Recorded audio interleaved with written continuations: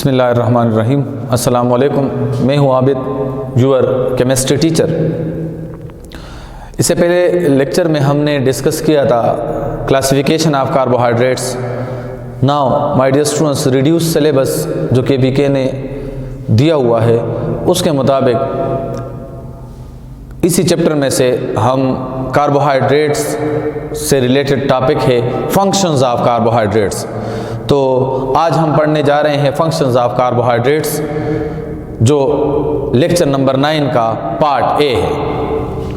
बेटा, functions of carbohydrates से related board के पेपर में क्वेश्चन आता है, right any 3 or 4 functions of carbohydrates. What do you know about the functions of carbohydrates.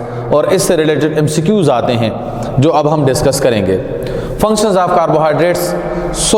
सबसे पहले हम पढ़ने जा रहे हैं glucose. Glucose is also monosaccharides.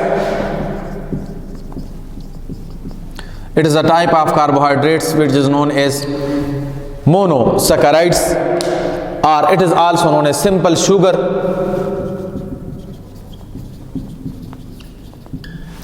Monosaccharides are simple sugar, or it is also known as hexoses because it is composed of 6 carbon atom. Hexoses. Molecular formula of glucose is C6H12O6.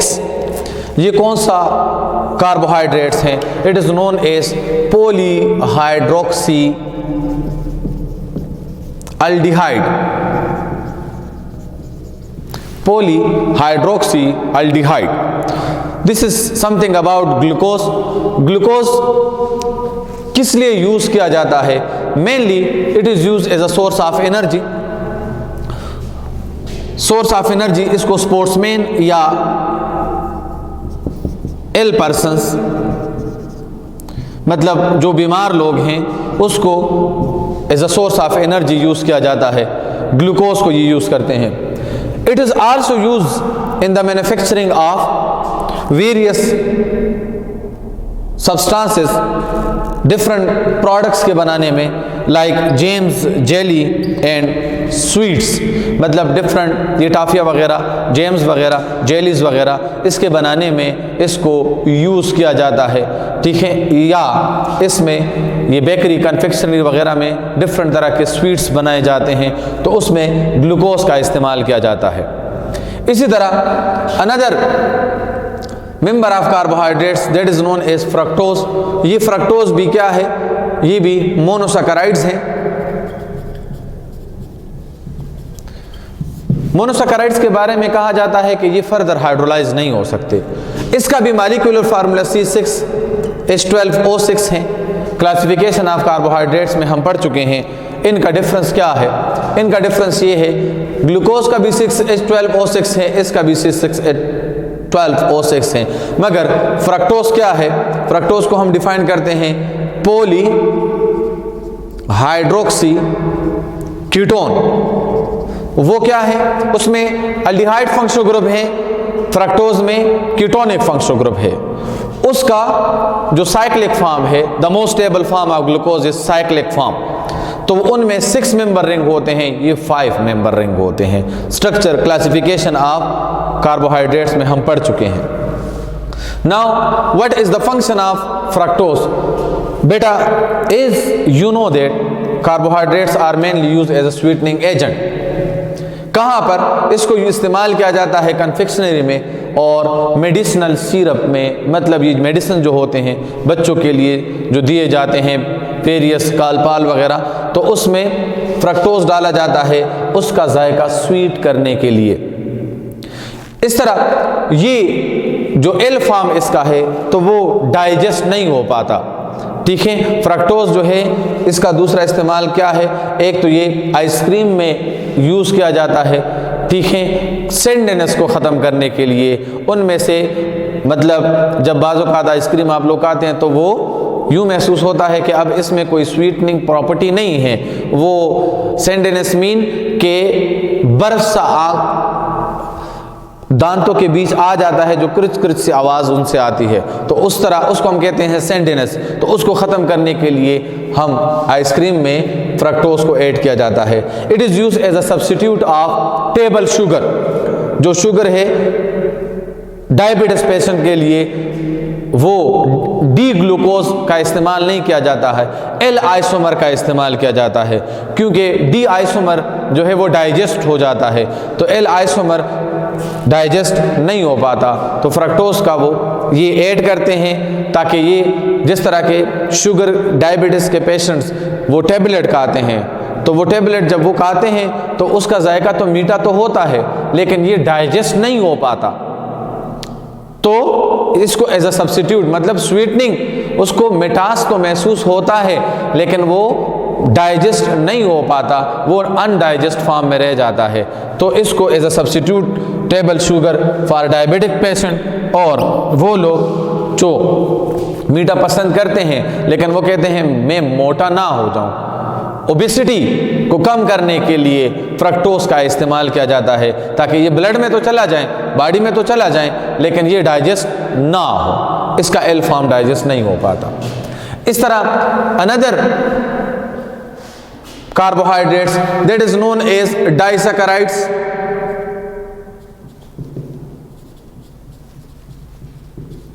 ये monosaccharide नहीं है, ये क्या है, sucrose क्या है, disaccharides हैं। Disaccharides मतलब जब दो मोनोसैकेराइड्स कंबाइन हो जाएं। ये किस चीज का, सक्रोज किस चीज का डाइसैकेराइड है, तो सक्रोज डाइसैकेराइड है किस चीज का, शाबाश, सक्रोज है disaccharides of glucose and fructose.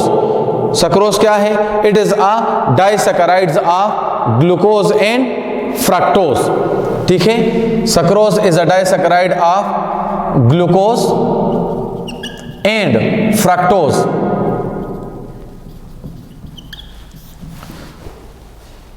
Now its molecular formula is C12H22O11। Sucrose का molecular formula है C12H22O11। C12H22O11 इसका molecular formula है और ये है disaccharide of glucose and fructose. Now it is used in the food. It is used as an ingredient in jams, jellies, confectionaries, syrup, etc. इसको food में भी इस्तेमाल हम करते हैं। Sucrose octa acetate in organic compound, sucrose का ही derivative है ऑक्टा एसीटेट और वो यूज होता है किस चीज में, denaturation of alcohol and use as a anhydrous adhesive. इसको एक होता है हाइड्रेटेड एडहेसिव, एक होता है एनहाइड्रस, वाटर मॉलिक्यूल नहीं होता, इसको यूज किया जाता है फॉर एडहेजन प्रॉपर पर्पस। वो कौन से हैं, एनहाइड्रस एडहेसिव जिसमें वाटर मॉलिक्यूल ना हो, तो सक्रोज के ये फंक्शंस हैं। ये कार्बोहाइड्रेट्स हैं, कौन सा कार्बोहाइड्रेट्स हैं, सक्रोज डाइसैकेराइड्स हैं, किस चीज से बनता है, it is a dimer of glucose and fructose. Sucrose क्या चीज है, सक्रोज है disaccharides of glucose and fructose. ठीक है बेटा, इसका जो इस्तेमाल है वो कहां पर है, वो इस्तेमाल हमने पढ़ लिया है। It is use in jams, jellies, confectionery, syrup are one of its derivative like sucrose octa acetate. It is used for denaturation of alcohol and it is used as an anhydrous adhesive. ठीक है, these are the functions of sucrose which is the disaccharides or which is the one of the heavier carbohydrates.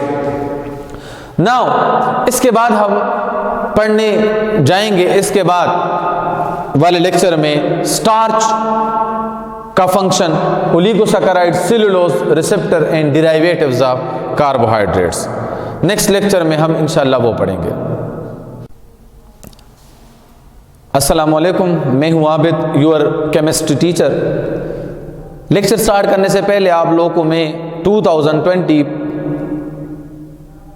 Inter test में peace group of school and colleges के परफॉर्मेंस बताता जाऊं। बेटा, engineering का जो टेस्ट हुआ था ईटा का, तो उसमें the piece group of school and colleges Abbottabad campus के स्टूडेंट मोहम्मद ने सेकंड पोजीशन ली थी। ओवरऑल सेकंड पोजीशन आई थी हमारी ईटा में इंजीनियरिंग के टेस्ट में। और इसी साल मेडिकल का एमडीकेट का जो टेस्ट हुआ है पूरे पाकिस्तान लेवल पर, उसमें हमारे student the piece group of school and colleges Abbottabad campus के हम्माद ने 6th पोजीशन ली है। सारंगजेब की 9th पोजीशन है। हम्माद के मार्क्स से 188 आउट ऑफ 200, सारंगजेब के 185 आउट ऑफ 200, और एक बच्ची है नूर हरम, उसके 184 मार्क्स हैं जिसकी 10th पोजीशन है। सो ये है Peace group of school and colleges Abbottabad campus की contribution in engineering test 2020 and MDCAT national MDCAT test 2020। बाज़ लोग ईटा ईटा कहते रहते हैं, ईटा की मकसद और मीनिंग का नहीं पता होता। ETEA stand for educational testing evaluation agency and MDCAT stand for medical and dental colleges aptitude test.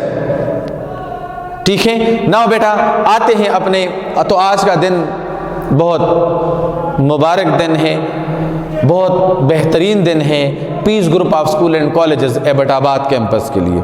बाकी कैंपसेस के भी, नौशेरा के भी पोजीशंस हैं, मानसेरा के भी पोजीशन हैं। इस तरह हमारे बाकी जो कैंपसेस हैं, Haripur campus, Peshawar campus, Nowshera campus, Swabi campus और स्वात कैंपस का तो अभी पहला साल है, सवाबी कैंपस, चारसद्दा कैंपस, इनके स्टूडेंट्स के भी मार्क्स अच्छे आए हैं। तो इंशाअल्लाह उम्मीद है कि नेक्स्ट ईयर हम इससे भी बेहतरीन रिजल्ट देंगे।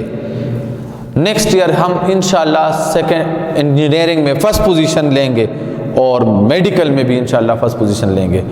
तो जाते हैं अपने मकसद के हुसूल की तरफ। तो अब हम पढ़ने जा रहे हैं लेक्चर नंबर 9 का पार्ट बी। तो बेटा अब हम पढ़ने जा रहे हैं स्टार्च। पढ़ाने का और भी अब मज़ा आएगा। स्टार्च को डिस्कस करते हैं, क्योंकि मैं जो आपको लेक्चर दे रहा हूँ, हमारा लेक्चर मुश्तमिल होता है KPK text book board, national book foundation और पंजाब बोर्ड के बुक के ऊपर।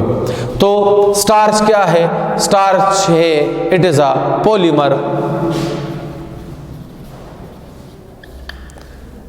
ठीक है, ये कार्बोहाइड्रेट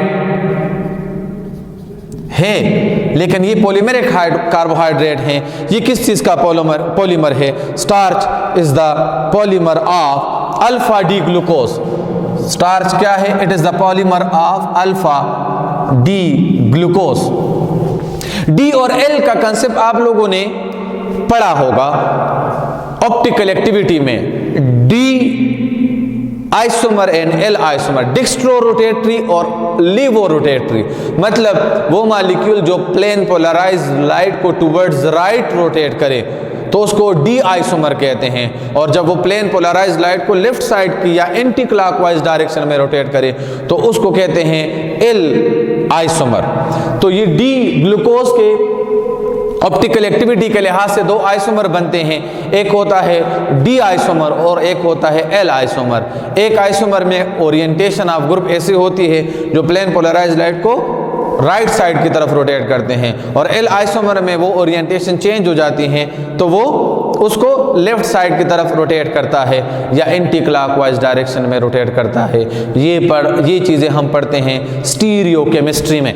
नाउ स्टार क्या है? It is a polymer of alpha D glucose. एक होता है बीटा डी ग्लूकोज, एक अल्फा। अल्फा और बीटा में कार्बन नंबर 1 के ऊपर OH ग्रुप ऊपर हो तो अल्फा, OH ग्रुप नीचे हो तो बीटा। ग्लूकोज उसको कहा जाता है। नाउ माय डियर स्टूडेंट्स, अब स्टार्च की हमने पढ़ ली है, लेकिन ये क्या है, अल्फा डी ग्लूकोज का क्या है, पॉलीमर है। लेकिन स्टार्च को हम अगर कर लें तो ये प्योर कंपाउंड नहीं है, ये क्या है स्टार्च, स्टार्च इज अ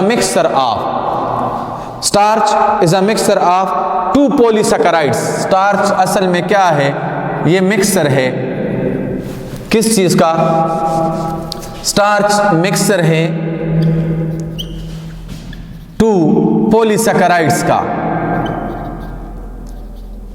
मतलब ये मोनोसैकेराइड से नहीं बनता, ये पॉलीसैकेराइड से बनता है। और कौन कौन से पॉलीसैकेराइड का मिक्सचर है, starch is a mixture of two polysaccharides, amylose and amylopectin. अब ये हमारे बुक में नहीं है, ये पंजाब टेक्स्ट बुक बोर्ड में है। ये जो स्टार्च की मैं आपको स्पेसिफिकेशन बता रहा हूं, ये हमारे बुक में से नहीं है, ये पंजाब टेक्स्ट बुक बोर्ड में है। पंजाब टेक्स्ट बुक बोर्ड का पेज नंबर 275 के ऊपर है।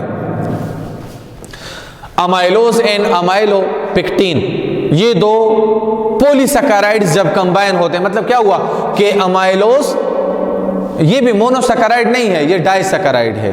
अमाइलोपेक्टिन ये भी डाइसैकेराइड है। जब ये कंबाइन होते हैं तो ये क्या बनाते हैं, ये स्टार्च बनाते हैं। अब अमाइलोज का कितना रोल है, कितना परसेंट ये इन्वॉल्व होता है स्टार्च के बनाने में, और अमाइलोपेक्टिन कितनी परसेंटेज इसकी यूज होती है स्टार्च के बनाने में, तो ये अमाइलोज यूज होता है 10 to 20%, और अमाइलोपेक्टिन यूज होता है 80 to 90%। कंपोजिशन इसकी कितनी है, 10 to 20% एमाइलोज और 80 to 90% एमाइलोपेक्टिन यूज होता है।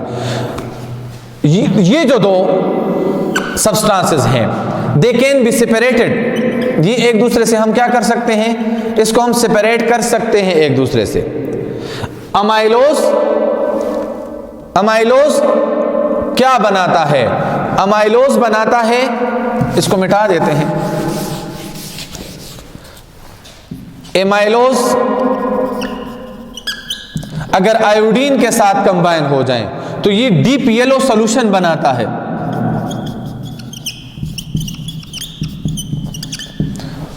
While amylopectin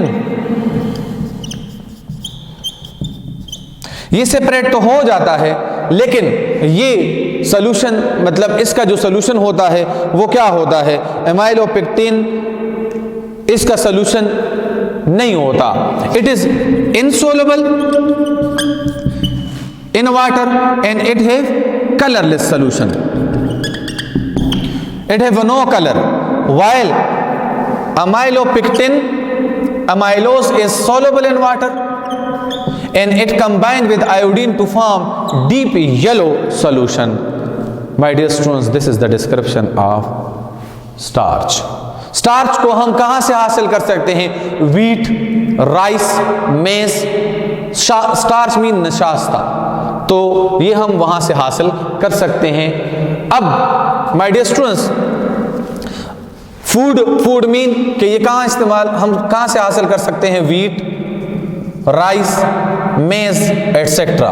it is use in industry for the manufacturing of ethanol bye fermentation process.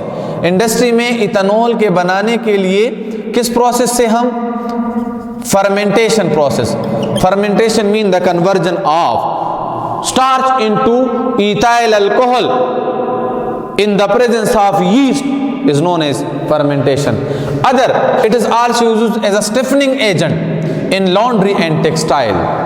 ये laundry धोबीघाट में या टेक्सटाइल मिल में इसको कपड़ों को देने के लिए स्टार्च का एक सब्सटेंस सोल्यूशन बना लेते हैं ताकि इसमें क्या आ जाए, वो अकड़ापन, ठीक है, जिस तरह कॉटन का बिल्कुल स्ट्रेट कपड़ा होता है, इस तरह उसमें अकड़ापन लाने के लिए किसका इस्तेमाल किया जाता है, starch. It is also used as adhesive, ये सरेश वगैरह ठीक है। इसको हम यूज करते हैं एज एडहेसिव एंड स्टिफनिंग, मतलब कागज को एक दूसरे के साथ चिपकाने के लिए इसको एज एडहेसिव इस्तेमाल किया जाता है। This is something about the importance, functions, uses, extraction of starch. Now oligosaccharides, in simple word, disaccharides. Disaccharides are the carbohydrate. These are used in the synthesis of various protein. They are used in various antibodies or blood clotting factors. ये इसके application है। Cellulose क्या है? Cellulose is basically polymer of beta D glucose. Cellulose क्या है? It is the polymer of beta D glucose. ये हम इस्तेमाल नहीं करते खाने में। क्यों? क्योंकि ये डाइजेस्ट नहीं होता, ये इनडाइजेस्टेबल होता है। लेकिन पेरिस्टाल्टिक मोशन जो है उसके लिए ये बहुत ज़रूरी है। तो ये हम खा लेते हैं, डाइट में हम इसको इस्तेमाल करते हैं because in order to peristaltic motion of digestive tract. मतलब अगर हमारा इंटेस्टाइन या डाइजेस्टिव ट्रैक्ट खाली होगा तो उसमें ये मोशन इसी तरह से इजीली नहीं हो पाएगा। तो हम सेलुलोज खा लेते हैं, ये डाइजेस्टिव ट्रैक्ट में पड़ा रहता है, ये डाइजेस्ट नहीं होता, लेकिन वो भरा हुआ होता है डाइजेस्टिव ट्रैक्ट, तो जिसकी वजह से उनका जो मोशन है वो इजीली पॉसिबल होगा। मतलब डाइजेशन प्रोसेस को स्मूथ बनाने के लिए हम इसको खाते हैं, अदरवाइज ये डाइजेस्ट नहीं होता। और इसको हम कागज के बनाने के लिए भी इस्तेमाल करते हैं। इस तरह कार्बोहाइड्रेट्स अगर प्रोटीन के साथ कंबाइन हो जाएं तो ये सर्टेन कंपाउंड बनाते हैं over the surface of cell membrane, जो कि एज ए रिसेप्टर काम करते हैं। रिसेप्टर का काम क्या है? रिसेप्टर इन्वॉल्व होते हैं जब सेल मेम्ब्रेन के ऊपर ये अपना एक लेयर बना लेते हैं। तो ये लेयर किसका होता है? ये लेयर होता है कार्बोहाइड्रेट्स प्लस प्रोटीन का। इनका फंक्शन क्या है? इनकमिंग मॉलिक्यूल जब इसके ऊपर गिरता है तो ये इसको क्या कर देते हैं? ये इसको रिकॉग्नाइज करते हैं। The function of these two substances, this mixture, in order to recognition of molecule or targeting of molecule कि किस molecule को फिर further कैसे treat करना है। Then certain derivatives of carbohydrates, ठीक है, मतलब वो तो कार्बोहाइड्रेट्स थे जो कि बने थे मोनोसैकेराइड्स के कॉम्बिनेशन से, डाइसैकेराइड्स के कॉम्बिनेशन से। अब कुछ ये कंपाउंड है like derivative of carbohydrates, like carbohydrates जब किसी अदर कंपाउंड के साथ रिएक्शन कर लें और उससे एक नया कंपाउंड बन जाएं, like protein glycol heparin sulphate. This is the derivative of carbohydrates. What is ये? अब और मजीद कुछ और फंक्शन करते हैं। The main function of this derivative of carbohydrates is, कहने का मतलब ये है कि कार्बोहाइड्रेट के डेरिवेटिव वेरियस फंक्शन परफॉर्म करते हैं। लाइक हमारे बुक में ये डेरिवेटिव हैं poly protein glycol heparin sulphate. इस कंपाउंड का फंक्शन क्या है? इसका फंक्शन ये है कि ये न्यूरॉन्स को अटैच करता है, न्यूरॉन्स को अटैच करता है एक दूसरे के साथ। This is one of the important function of protein glycol heparin sulphate. Once again बहुत बहुत मुबारक हो Peace group of school and colleges and Peace group of school and colleges Abbottabad campus को, जिन्होंने 2020 के इंजीनियरिंग के टेस्ट में second position, overall second position, और मेडिकल के पेपर में 6th, 9th और 10th पोजीशन ली है। So Peace group of school and colleges के फैकल्टी मेंबर्स, स्टाफ और स्टूडेंट्स को मेरी मीन आबिद की तरफ से बहुत बहुत बहुत मुबारक। अल्लाह हाफिज़, मिलते हैं नेक्स्ट लेक्चर में।